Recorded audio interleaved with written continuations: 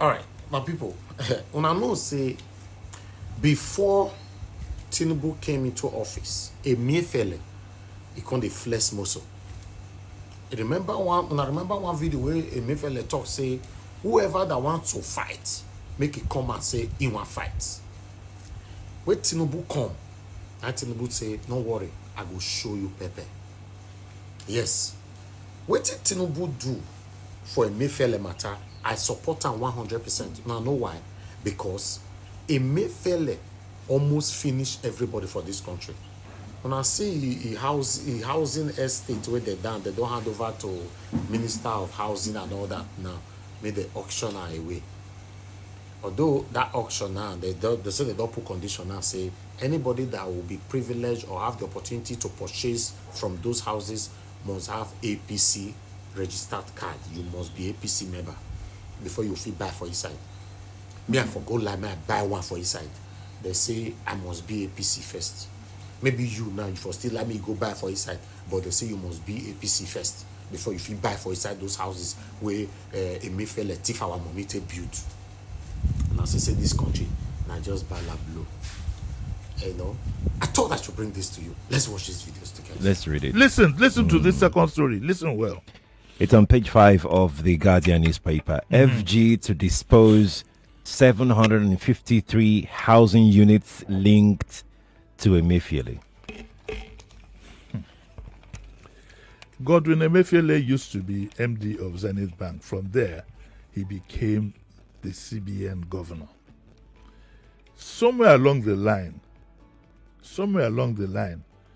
maybe because he fell out of favor, who knows? But somewhere along the line, the EFCC did a wonderful job and were able to trace 753 housing units to this gentleman. That's about half of Festac Town. I'm sure if you go to the social media and you point it, you see the photographs. It's a whole estate. 753 housing units. And guess what? This gentleman is reported to have gone to court again to see if he could get it back. 753 housing units. I just wish we had Sharia law that would do things like cross amputation. You know what cross amputation is? Yeah, of course. I mean, the federal government through the Ministry of Housing has taken delivery of the 7, because what has happened now is that the EFCC have handed over the houses to the federal government.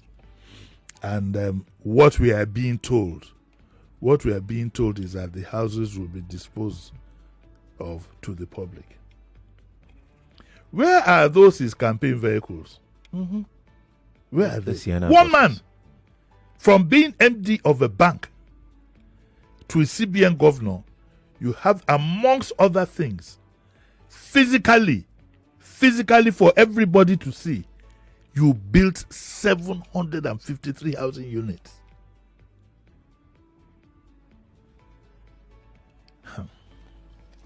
Anyway, Olukoyede, the EFCC chairman, handed over the houses to Dangiwa and said we'll monitor the completion and transparent disposal of the properties, because if care is not taken, he will buy them back. We weren't given the value though, but 700. I saw a picture of. Oh, the yes, estate. yes. So it's a formidable. Let us assume, so that we don't have an argument, that each of these 753 housing units is a duplex. Okay. So that we don't have and in Abuja, for that matter. Mm-hmm. God help us. You see, I fear for this government. If these politicians don't, if the care is not taken, something might happen in this country. And it might not happen the way, it might not be the normal thing that you hope will happen. But it is getting very, very closely to the limit. These two stories this morning is one too many for a normal human being to absorb. I'm trembling inside. Sheriff. This has gone gaga. One man, 753 housing units. So, if the central bank governor has that, central bank governor has that, what about his predecessors? What about those who've been in the oil industry? Have they been smarter? You hear all kinds of stuff. If you have ever been to Dubai and you come down that plane, Emirates plane, you come down at the airport and you are well dressed, I know the kind of inquiries people make of you. I've been approached before. I just told you. I know this Nigeria Watch Media. Join us every day, 7 p.m. Nigerian time. Let's continue to talk about it. It's affected you. Take care, guys, and bye for now. Okay, so that's it. It's been handed over. We shall see how the houses will be disposed of. Left to me, I feel like just taking a bulldozer and demolishing all the 753 houses and throwing the sand in the sea. Call off a rubo. No, it's true. It's true. I don't know what to do. You just feel. I'm almost weeping for. That's why we look at the kind of money you're talking about. Do you think corruption in Nigeria has gone pathological? Like we can't. It's in our blood. It's in our veins right now. The other day it was somebody who went to go and carry the money that they were supposed to use to buy arms and share to party members. The Izani looted the country, blue black. Emefiele has done his own, and these are educated people. A professor was jailed for rigging election. Educated person, and here we are. Has corruption gone pathological in this country? Will we ever get rid of it? All what you use sometimes to measure things in a country is to you profile the leadership of that country. If you profile the leadership of Nigeria, what do you get? If you profile the leadership of this country, I'm not saying one individual. Yeah. If you profile the leadership, my podcast that is making the rounds that I had with Femi, I said in that podcast that 70% of our politicians cannot fill a form. Truthfully. Yes, you said that. Put name, date of birth, schools attended. They can't. So why are you asking me this question now? 70% of Nigerian politicians cannot fill a form. Names, date of birth. As they fill every unit, the computer will be marking an X on it. You profile your leadership and see what you got. We've been living a lie. I'm telling you, we've been living a lie. It's only God that will save this country. I don't think there's a savior within. Except God descends from the heavens. I mean, what are we talking about? Under Buhari, who all of us thought, had the capacity to put a hold of corruption, see what he got. One of the things I'd like to squeeze Emefiele for, if I could, and when I say squeeze, I mean even physically, is how long did it take him to put this 753? And this is just the tip of the iceberg, apparently, from what we are told. Tip of the iceberg. But you see, the question I also ask, what baffles me is, and it has I beg to move away from the Emefiele issue and just go into general thinking. How much does a man need to survive? Look at me. I'm 70. I feel good. You understand what I'm saying? Yeah. I feel good. I feel content. I'm a happy man. I don't have 700. If I had 753 houses, Madule now. I don't know what kind of mind these people. This thing is almost becoming a mental situation. What is there to life, Sheriff? Tell me. What is there to life? This thing is becoming, without prejudice to the Emefiele situation, I'm now talking in general terms, the issue of corruption is becoming a case study for mental evaluation of the human brain. How many things do you want to acquire? Definitely not. Will these things make you happy? Definitely not. Will these things make you live forever? Definitely not. Will they take care of your health challenges? Definitely not. The best they can do is to continue to manage you with stitches and this and that. Is that a life?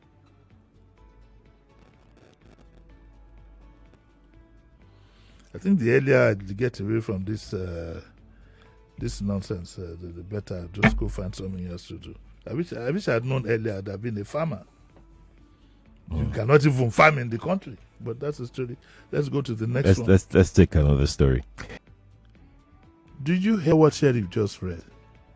The National Assembly inserted, according to budget, and if budget is the National Assembly inserted 11,122 projects worth 6.9 trillion in the 2025 budget. If this is true, and we have a government that has not raised an alarm, what kind of a country are we living in? That is, the government presented its budgets, its proposals. Then the National Assembly, in its own wisdom, quote and unquote, inserted 11,122 projects worth they added 6.9 trillion. So what are we talking about?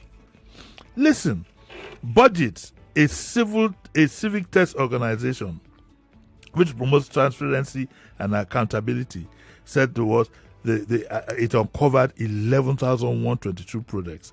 The figure, according to an 18-page report released by the organization, represents 12.5% of the budget signed into law, and the president signed this.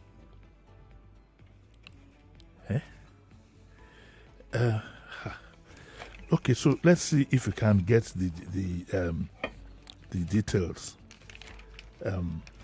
According to the Vanguard, that was from the Daily Trust. According to the Vanguard, how NAS inserted the project's 2025 appropriation bill interrogated as based on exact amount presented, according to the Senate.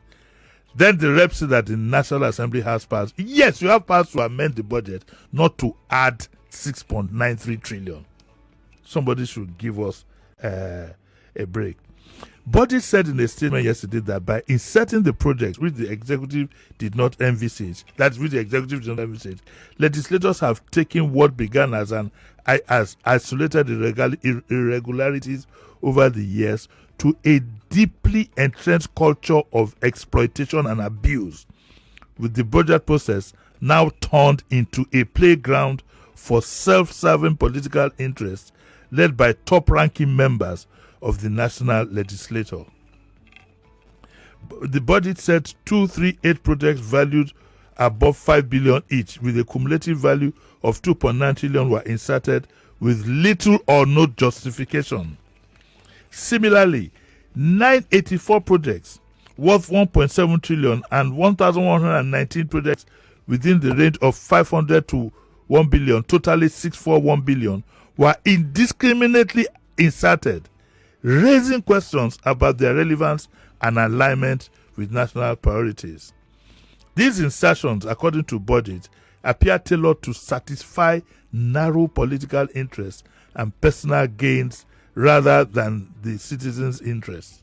So now you know where the Robin Hoods are getting the money from all over town and are looking as if they're the greatest thing that God created since.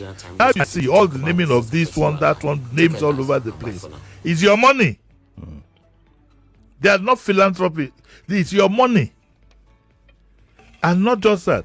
These insertions, according to the budget, appear to satisfy narrow interest. Giving further details of how the padding was done, budget stated that a closer look shows that 3,573 projects worth 3.3 billion were assigned directly to federal constituencies, and 1,972 projects worth 444 billion to senatorial districts. So it's turn by turn. Everybody is taking his own share, apparently. Or to use a safe word, allegedly, according to budget. That justifies what the video that was making the rounds where there was somebody, I couldn't identify him. He said authoritatively that every member of the Senate and House of Rep have what they call constituency projects, the minimum of which is 1 billion. What kind of a country? What are we running? You see why you will perpetually be in slavery and hunger? If this budget, whatever is true, the people you send to represent you, the people you send to put your interests forward, if what budget is saying is true, have made your country a cash cow. It says that, listen, shockingly, 39% of all insertions, 4,371 projects worth 1.72 trillion were forced into the Ministry of Agric budget, inflating its capital allocation from 242. Its capital allocation was 242 from the executive, and now it was inflated to 1.95.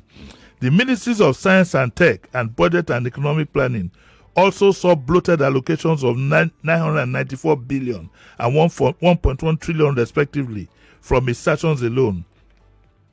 Even more concerning is the targeted misuse of agencies such as the National Building and Road Research Institute and the Federal Cooperative College, Oji River, as dumping ground for political motivated projects. These agencies lack the technical capacity to execute such projects, leading to rampant underperformance and waste. For example, the Federal Cooperative College, Oji River, a training institution, was saddled with 3 billion for, guess what, utility vehicles to support farmers and distribution agents, 1.5 billion for rural electrification in River State, and 1 billion for solar street lights in Egbuawake. These are examples of agencies operating outside their mandate. So what budget is telling me is that all kinds of things are just thrown within the budget. This is the highest form of corruption ever carried out, if this budget report is true. The question is, the executive signed it. So the executive knew what they presented. They signed it. Did they go through? Was there an audit? Are they complicit? And most importantly, for how long are we going to suffer this level of what I will call corruption? If it is true, there is no other thing to call this than corruption and stealing. Heaven help us all. Heaven help us all. We will wait to see what the reaction of the government is to this budget report. I can bet that you're not going to get reaction. You don't get a reaction because the executive signed it. What do I know? They signed it. Nigeria Watch Media. Join us every day, 7 p.m. Nigerian time. Let's go. So when you hear people decamping and whatever, we're going on a very dangerous road. And heaven help us where it will lead to. Heaven help us. Look at what you hear. Look at the progress you hear of other African countries, some other African countries, for God's sake, and see where we are. If in these hard times you find an additional 6.9 trillion added to your budget, do you know what that 6.9 trillion could have done? What do I know? This is Nigeria Watch Media. Join us every day, 7 p.m. Nigerian time. Let's continue to talk about it as affected you and I. Take care, guys, and bye for now.